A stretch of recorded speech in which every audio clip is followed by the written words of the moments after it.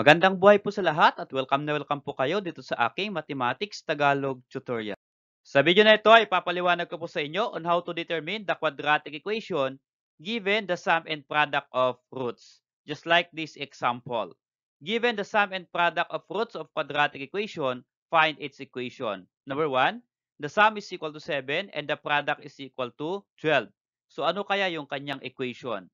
So in number 1, ang sum and product are both positive. Number 2, the sum is equal to negative 2 and the product is equal to negative 15. So what is its equation? So sa number 2, ang given naman po ay negative pareho yung sum and product. And sa number 3, the sum is equal to 2/3 and the product is equal to 5/3. So what is its equation? So ito naman pong number 3 ay fraction. So paano po kaya i-determine yung kanilang quadratic equation? Yan po yung aking papaliwanag sa inyo step by step. Okay, so let's start with number 1 example. The sum is equal to 7 and the product is equal to 12. Ano kaya ang kanyang quadratic equation? So ganito lang po yun. So since ang given po ay sum and product, kunin po natin yung kanyang formula. The sum is equal to negative b over a and the product is equal to c over a. So mula po dito sa formula na ito ay madidetermine po natin yung equation. Okay, so substitute lang po natin yung given na sum sa formula. So sum is 7 or positive 7. So, yung ating pong formula ay negative b over a. Okay, so ganito lang po yon. So, ito pong negative b na yan, determine po natin, sulat po natin dito yung negative.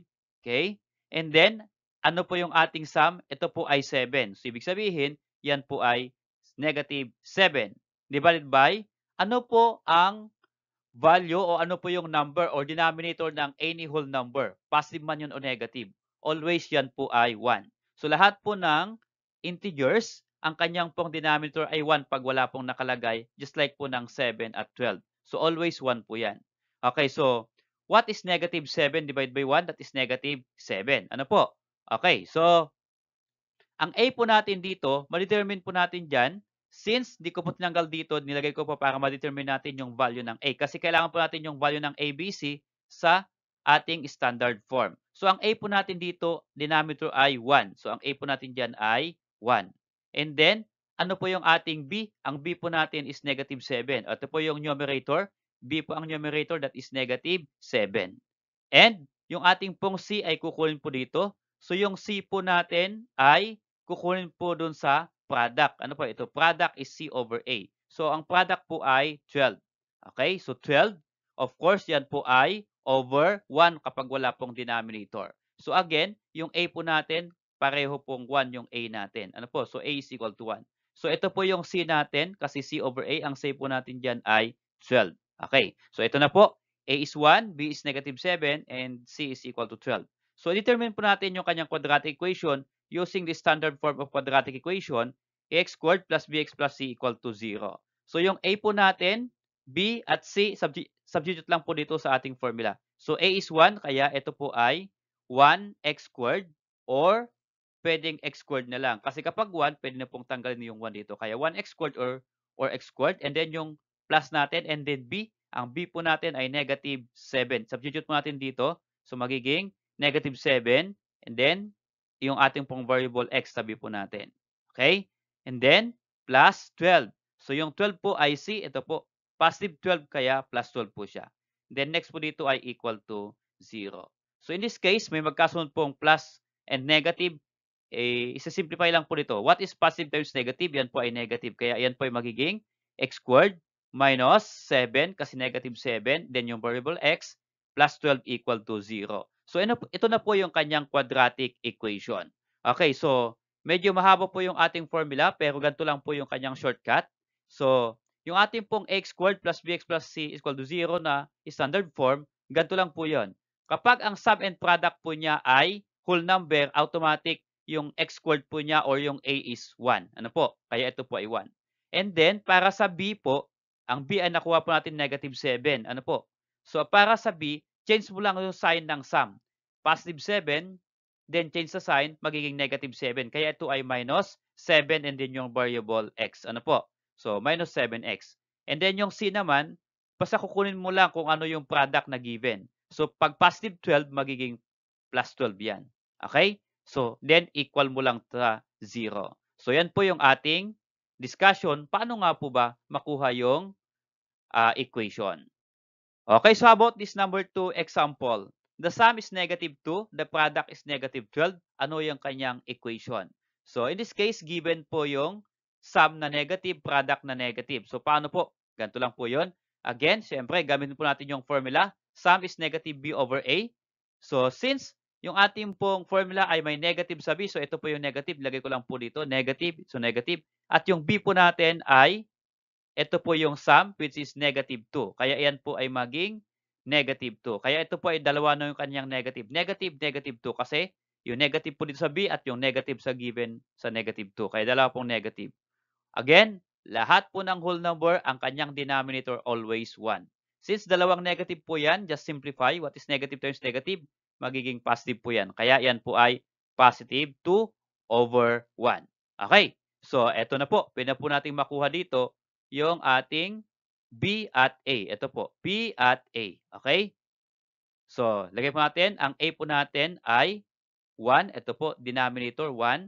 At ang B po natin ay equal to 2. Yung numerator naman po, since B over A, ang numerator ay 2. So, B is equal to 2. So, paano kaya yung C? Kukunin po natin sa product. C over A. So, again, ang product dito ay negative 15. Ano po?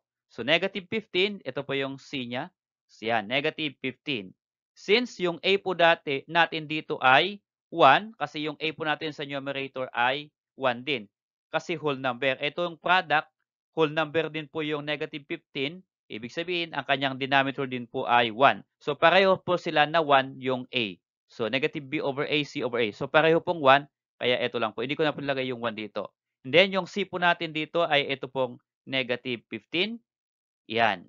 Okay? So, we have A is 1, B is 2, C is negative 15. So, mula po sa ating quadratic formula, so x squared plus bx plus c equal to 0. Substitute lang po natin. A is 1, kaya ito po ay 1x squared or just x squared na lang. Plus, ano po yung b and then x? Ang b po natin ay 2, kaya 2x. Ano po? Lagay po natin 2x.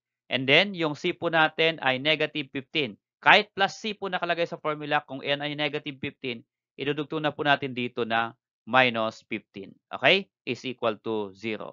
So actually, wala po na po tayong sisimplify dito. Simplified form na ito. X squared plus 2x minus 15 equal to 0. Yan na po yung kanyang quadratic equation. Okay, so about this number 3 example, the sum is 2/3 and the product is 5 over 3. So pareho pong fraction yung ating sum and product. Paano po kaya ang gagawin dito? Okay, ganito lang po yun. Yung formula po ulit natin sa sum is negative b over a. So actually, yung sum po ay fraction, negative b over a. Ang sum po na given dito ay 2/3 fraction din po. So itatapat lang po natin. Pero, negative 2 over 3 na po siya. Bakit naging negative? Positive dito. Kasi may negative po yung b dito. Ano po? So, positive po dito, pero may negative dito. Kaya, sundin po natin, positive times negative is negative. Kaya, negative 2 over yung a po dati, denominator dito ay 3. Okay, kaya negative 2 over 3. Okay? So, ang ating naman pong product ay c over a. Ang product po ay 5 over 3. So, substitute lang po dito, magiging 5 over 3. So, mula po dito, notice, nagkataon na yung A natin ay parehong 3. Okay yan, direkta po pwede nating isubstitute yan sa ating standard form. So, determine po natin, yung A natin ay 3, yung B natin is equal to negative 2. Ito po, B is negative 2, numerator. At C po natin, ito pong 5. So, C is equal to 5. Okay. So, sa ating pong standard form, ax squared plus bx plus c equal to 0. Ang A po ay 3, kaya ito po ay yung A. So, 3x squared. Okay? Plus or minus na kasi ang ating pong b is negative 2. So, ayan na po yung negative 2. And then yung variable x, kaya negative 2x, kaya minus 2x. Ang c po natin, plus c natin, ang c natin ay positive 5, kaya yan po ay plus 5 equal to 0. Okay, yan na po yung ating quadratic equation. Hindi na po pwedeng i-simplify yan. Ano po? 3x squared minus 2x plus 5 equal to 0. Okay, ito pong number 4 na ito na example ay ililib ko pong activity ninyo. So, try to determine or find the quadratic equation. Ano po? So, substitute po ninyo yung sum dito sa ating formula at yung product na 2/5 dito po sa ating formula ng product. But in this case, yung sum po at product ay magkaiba po ng denominator. So, paano po kaya gagawin? So, yung sagot po dito ay nasa dulo po ng video na ito. So, pwede po ninyong i-pause yung video na ito and then try to answer at check po ninyo kung tama po yung inyong sagot. Salamat po sa panonood kaibigan. Kung nagustuhan mo yung video na ito, please click like and then subscribe kung bago ka pa lang po dito sa aking channel. Ito po yung quadratic equation ng number for example, 10x squared minus 15x plus 4 equal to 0. Okay, and here is the reference.